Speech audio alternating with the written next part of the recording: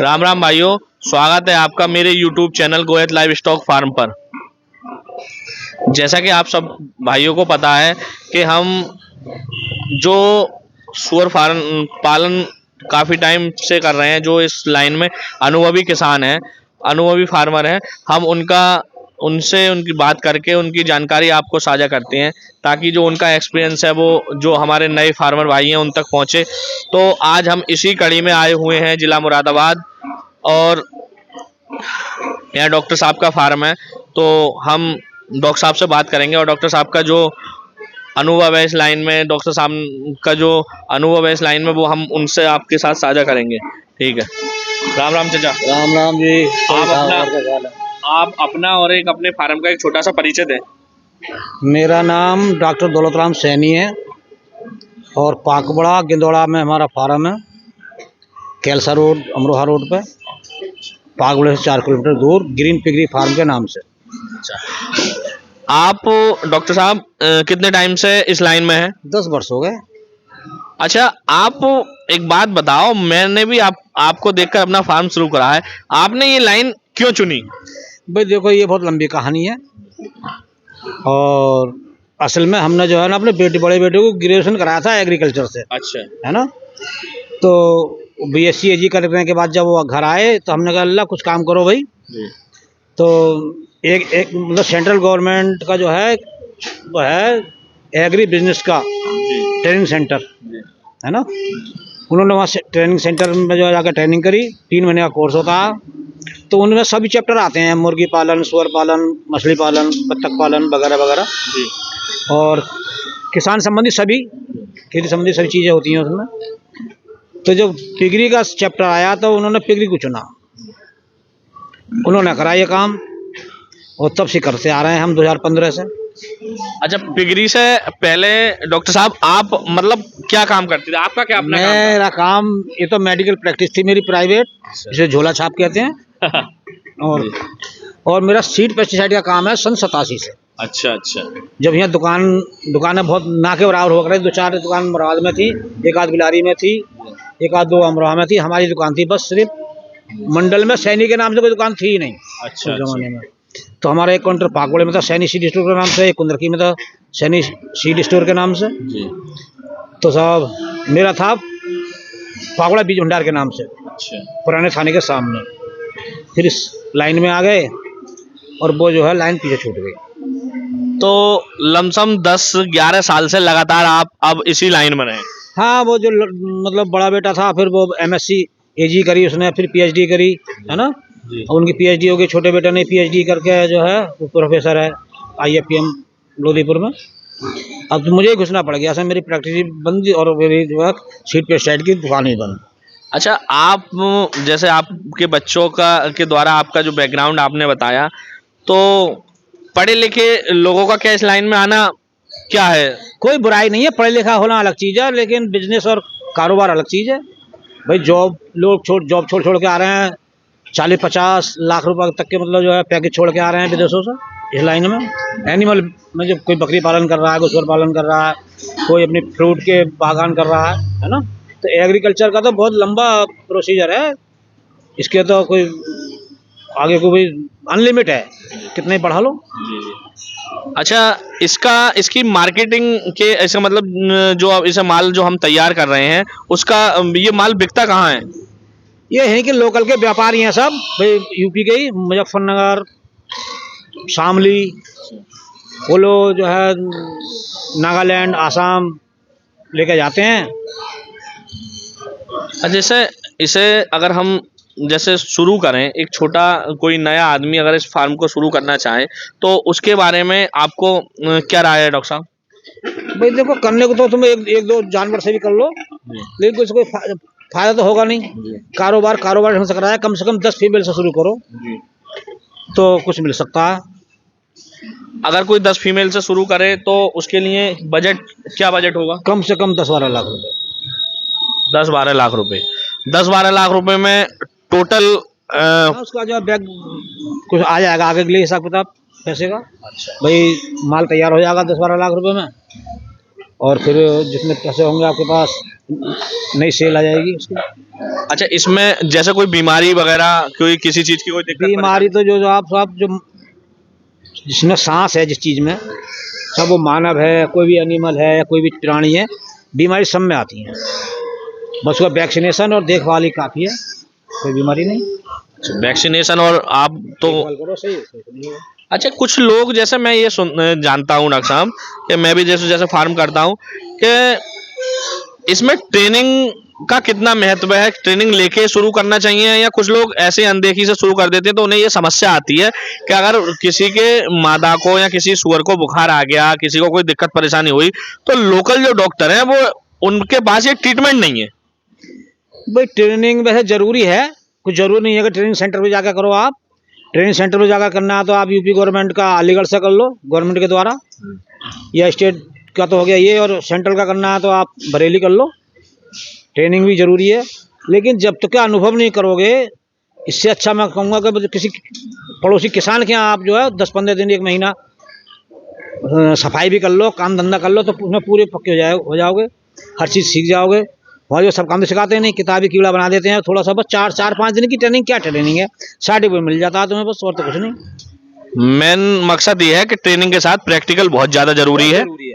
किसी फार्मर के पास काम करो 1-आध महीना, और बस बढ़िया सीख जाओगे। इंजेक्शन लगा जैसे डॉक्टर साहब, मैं अपनी जो भी वीडियो डालता हूँ या वीडियो बनाता हूँ, तो मैं हर वीडियो में यही कहता हूँ कि आप ये, एक तो बहुत ज़्यादा बजट का काम है, और इतने बजट का काम आप बिल्कुल हवा में ना करें। पहले आप किसी अपने नियर बाई फार्म पर जाके जरूर ये तलाश कर लें कि हम इस काम को कर सकते हैं या नहीं कर सकते। वहाँ जाके 10-5 दिन काम करके ये अनुभव जरूर कर लें। हाँ, मैं तो 10-5 दिन नहीं, मैं तो 1-आध महीने कहूँगा उससे। भाई जो आप काम करना चाह रहे हो, भाग दौड़ कर रहे हो, तो आप देखो भालो, खूब फार्मों पे घूमो, और किसी फार्म पर काम भी करो, वहाँ की साफ सफाई भी करो, धुलाई भी करो, जो तुम्हारा जो है दिमाग की जो है स्मेल वगैरह वो निकल जाए, क्योंकि स्मेल भी आती है इस काम में थोड़ा बहुत, तो पक्के हो जाओगे। डायरेक्ट काम ना करें। आपके पास डॉक्टर साहब इस टाइम कितने जानवर हैं? करीब 250-300 के आसपास होंगे, सब छोटे बड़े। तो आप जो ब्रीडिंग है, ये कितनी मादाओं से इस टाइम ब्रीडिंग ले रहे हैं? करीब 15 मादाएं रखते हैं बस हम।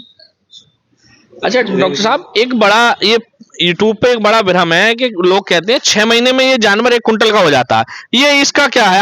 आप इस लाइन में बहुत पुराने हैं, आप जरा इस पे।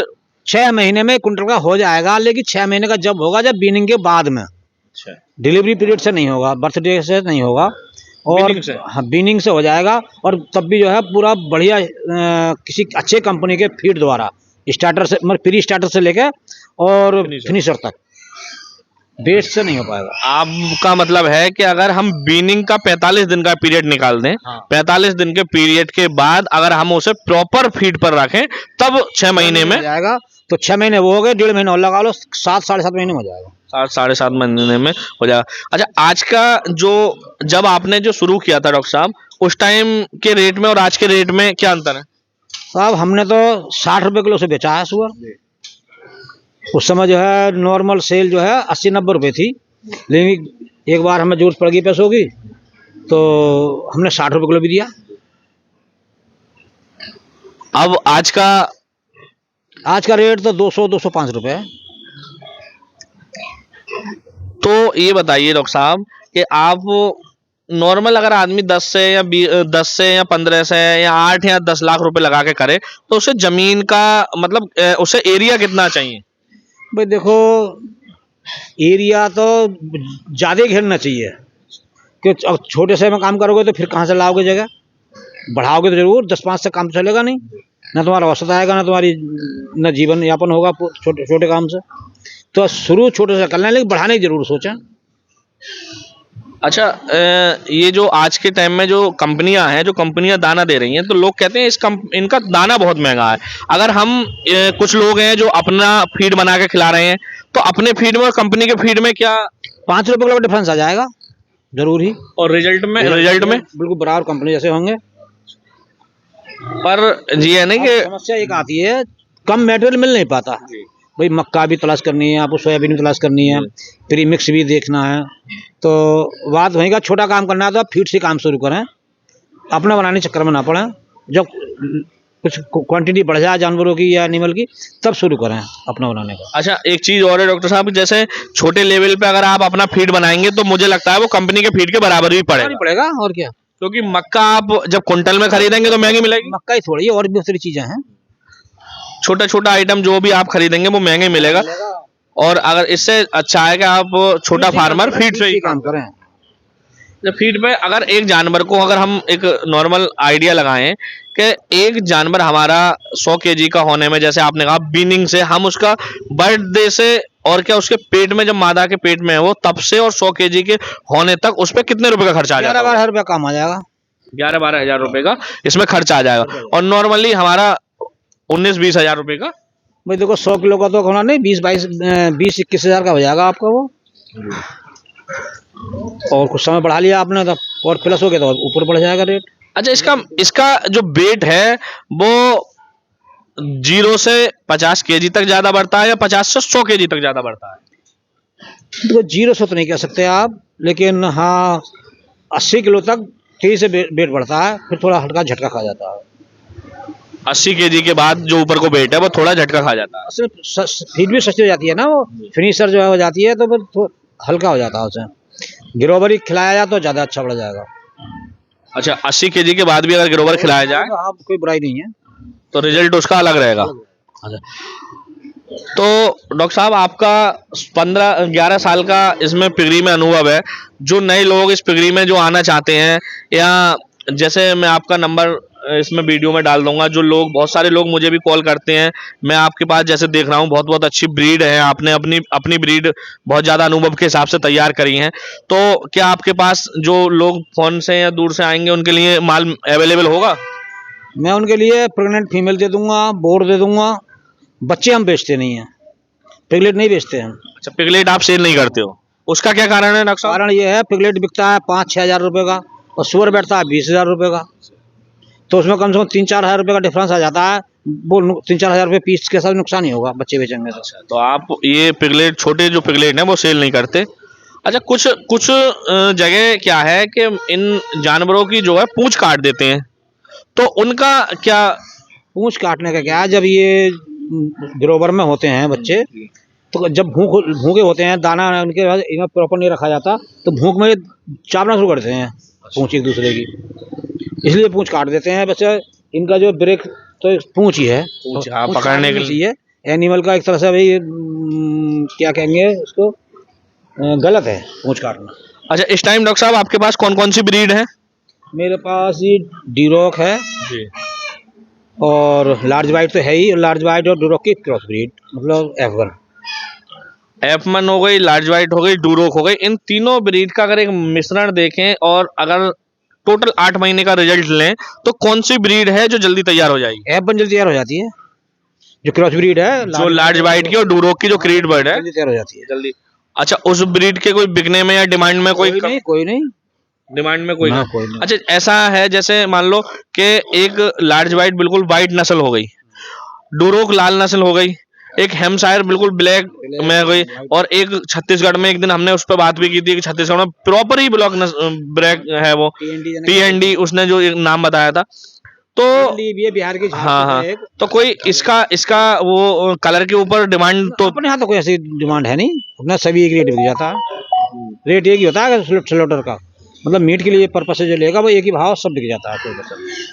अच्छा डॉक्टर साहब, आज क्या की कंडीशन है? आज की कंडीशन, मैंने बहुत सारे फार्मरों से मेरी बात होती है तो वो कह रहे हैं माल नहीं उठ पा रहा, रेट बहुत कम है, तो आज की ये परेशानी का क्या? दिक्कत ये है कि माल जो है, जो जिसके पास क्वांटिटी है, 50 जानवर हो, गाड़ी आएगी ले जाएगी। अब कोई तो कह रहा है मेरे पास 10 पड़े हैं, कोई कह रहा है मेरे पास 15 पड़े हैं, तो व्यापारी को खर्चा ज़्यादा आता है, वो व्यापारी नहीं ले पाता, लोकल में बेचें आराम से, कोई परेशानी नहीं। व्यापारी के लिए अगर एक ही गाड़ी का माल तैयार है, जो बाहर माल ले जाते हैं, एक्सपोर्ट करते हैं भाई, जो नागालैंड ले जाते हैं या असम ले जाते हैं, तो उन्हें ज़्यादा माल चाहिए क्वांटिटी में। अब बड़ी गाड़ी होती है 300-350 ओवर की, वो कहाँ गाड़ी खींचे फिर अपनी। अच्छा, जैसे नए लोग इस लाइन में आकर जो फार्म बनाना चाहते हैं, छोटे स्तर से ही मैं कहूँगा 10 खानों से जो स्टार्ट करना चाहते हैं, तो उनके लिए खानों का साइज और ऊंचाई, हाइट के हिसाब से क्या रखनी चाहिए, कुछ आपका अनुभव? भाई मौसम के हिसाब से हाइट तो छत की जो चादर डालते हैं हम, ये लेंटर डालते हैं, कुछ भी वो ऊंचाई होना चाहिए 8-10 फीट कम से कम। और रही साइज की बात, भी वो अपने हिसाब किताब की है, जितनी जगह है तुम्हारे पास, बढ़िया रूम की गहराई जो 25 फीट होनी चाहिए, लंबाई जो है उसकी गहराई 25 फीट होनी चाहिए, और कम से कम 8 और 10 फीट चौड़ाई होनी चाहिए। उससे जो है गंदगी कम रहेगी रूम में। छोटे कमरों में गंदगी ज़्यादा रहती है, सफाई में ज़्यादा दिक्कत आती है। हाँ, जैसे गहराई अगर रूम की ज़्यादा है तो उसमें गंदगी कम रहेगी।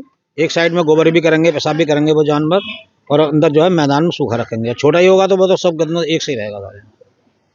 अच्छा डॉक्टर साहब, आपके फार्म पर डे का फीड का खर्चा अब कितना होगा? भाई फीड मंगा लेते हैं, खिलाते रहते हैं, फीड के लंबे तो खर्चे हैं ही, कोई बात ही नहीं। कम से कम भाई 8-10 हज़ार रुपये रोज का होगा कम से कम। अच्छा, साल का क्या टर्नओवर होगा, कुछ आपने अंदाजा आज तक लगाया डॉक्टर साहब 11 साल में? सब होता है, टर्नओवर में कोई कमी नहीं है, सही है, सही ठीक ठाक। हाँ, आपका गन्ने से भी सही टर्नओवर है।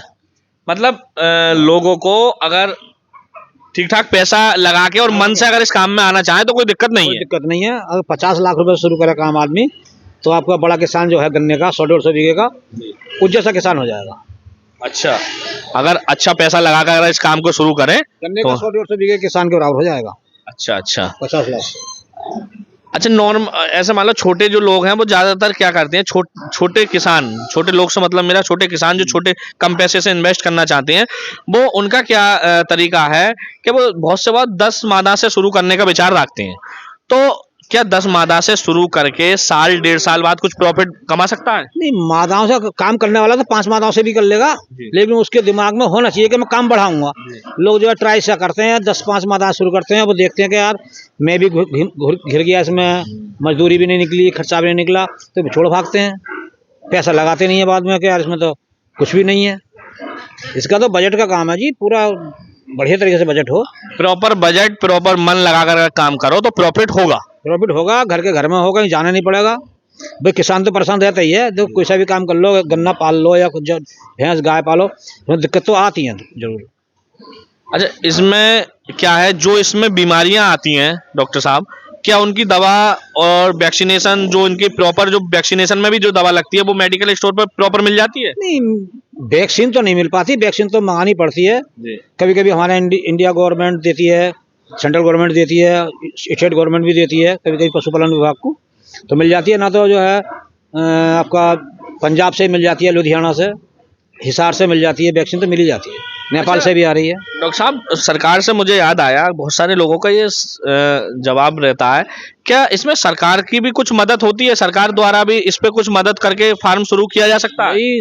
सरकार इसी पे कौन सा किसान का जो एग्रीकल्चर में आते हैं सभी को मदद कर रही है गवर्नमेंट। एक किसान ही एक ऐसी चीज़ है जिसमें गवर्नमेंट मदद कर रही है, और बाकी छोटा छोटा व्यापार को भी जो है सेल टैक्स, इनकम टैक्स देना पड़ता है, लेकिन एग्रीकल्चर का काम है ऐसा है, खेती किसानी का, जिसमें सभी काम आते हैं। सूअर पालन भी है, मछली पालन भी है, मुर्गी पालन भी है, इसमें 40% तक की छूट किसान को मिलती है, तो और कौन से काम में मिल रही है?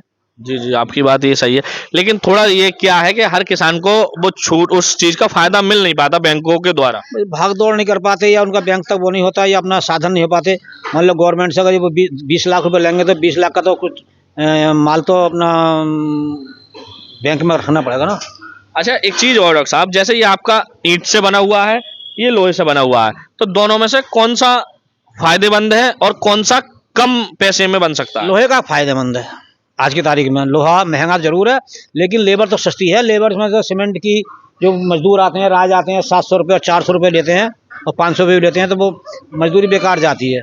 लोहे में ऐसा नहीं है, लोहे का बॉडी वेट के हिसाब से जो है लोहा मिलता है, और वो बनाई भी वेट के हिसाब जाती है, और फिर इसे बाद में अगर खराब हो गया तो तोड़ फोड़ करो तो उसका रोड़ा भी बेकार जाएगा, सीमेंट बेकार जाएगा, लेबर बेकार जाएगी।